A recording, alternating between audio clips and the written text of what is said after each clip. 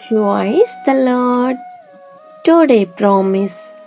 హెబ్రీలకు రాసిన పత్రిక 10వ అధ్యాయం 23వ వచనం.